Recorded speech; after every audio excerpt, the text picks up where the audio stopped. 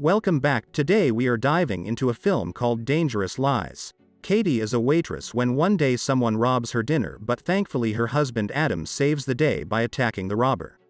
4 months later, she gets a job as caretaker for an old man named Leonard. The couple is struggling financially, so she asks him to hire Adam as well. Adam starts taking care of Leonard's yard.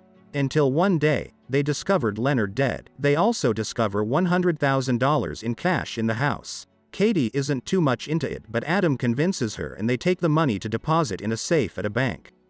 Meanwhile, a weird real estate agent named Mickey has been following them. One day, the couple get a visit from Julia, who presents herself as Leonard's lawyer.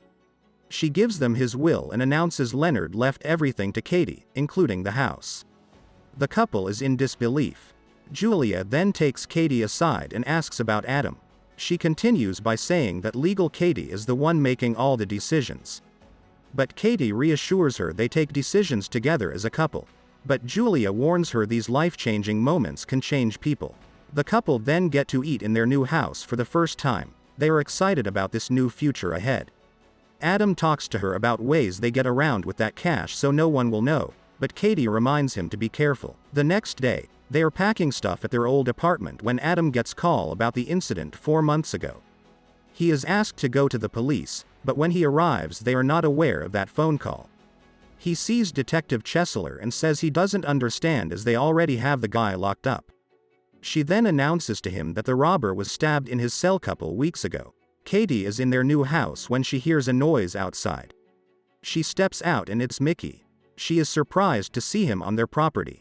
He reminds her his client really wants the house and is willing to buy as ASAP.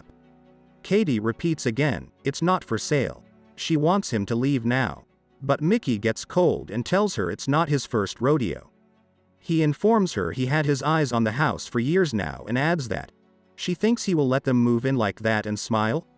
She responds that she owns the house now. He doesn't believe her, but she threats him to call the police if he doesn't leave. The mysterious Mickey then leaves. Later that night, she tells the story to Adam. But he tells her to forget about him. It's the couple's first night in their new house. Katie goes to the shower just find an expensive watch there. She confronts him about it, but Adam says it's not real, it's fake watch. She finds it very convincing. The next day, Detective Chesler goes to the dinner where the incident happened 4 months ago, then to the couple's old apartment where she finds Katie packing. She is surprised to hear them moving into Leonard's house. She reveals she came by to speak to Adam. She continues by asking specific questions on what Adam was doing that night 4 months ago. She immediately calls Adam and goes back home. He sees her arriving and seems angry. He reveals to her that he doesn't like how she keeps talking to Julia the lawyer. But Katie is getting tired of him making many of their decisions on his own. Adam then tells her he thinks he has been followed.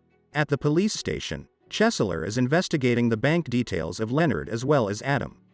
Katie on her end is thinking of giving back that money, because Julia said if they found out they are hiding something they can lose everything. But Adam tells he is not going back to being poor. Later that day, Chesler questions Mr. Calver, the head of the agency that sent Katie to work for Leonard. She asks about Adam, but he didn't know he was working there as gardener. She also shows him the big check Leonard gave to her and he is shocked. Meanwhile, Katie finds a bed and many stuff in the garage as if someone has been living in there. She then discovered another hidden room with a bloody prints on the wall. In there, she finds a check to a man named Ethan that was never cashed. But when she looks up she discovers a body with a bag filled with diamonds. Katie tells it to Adam and thinks it's the gardener that used to work for Leonard, Ethan. Mr. Calver then arrives and accuses Katie for taking advantage of Leonard. He wants her arrested and she closes the door on him.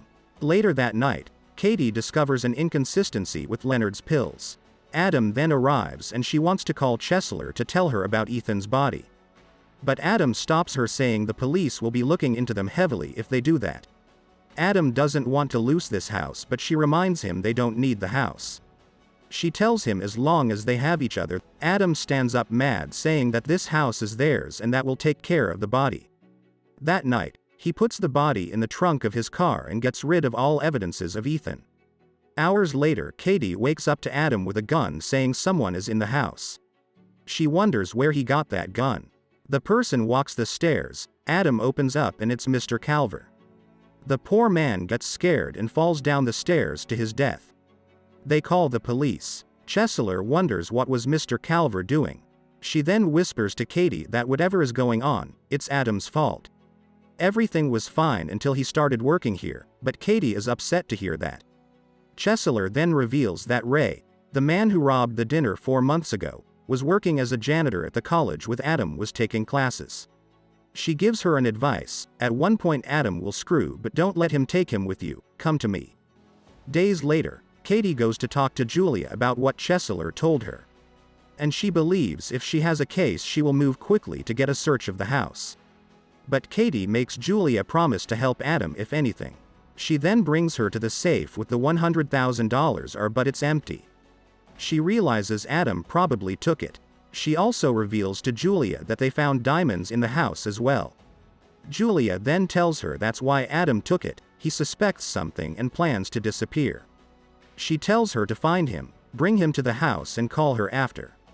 Meanwhile, the police finds Ethan's body in a garbage dumpster. Katie arrives home and finds Adam with the money on the bed. She asks him why he took the money. Adam reveals he made his researches and there is no real estate agents called Mickey, that man just got released from prison. They put 2 and 2 together realizing he was working with Ethan to rob jewelry store. Katie wants to call the police but Adam wants to just get the hell out of here and disappear. Katie then calls Julia but Mickey arrives from behind and breaks her phone. He points his gun and wants to know where are the diamonds. Adam then arrives with a gun pointing back at him. But Mickey doesn't hesitate and shoots him. He slaps Katie too. He then goes to Adam who shoots him back.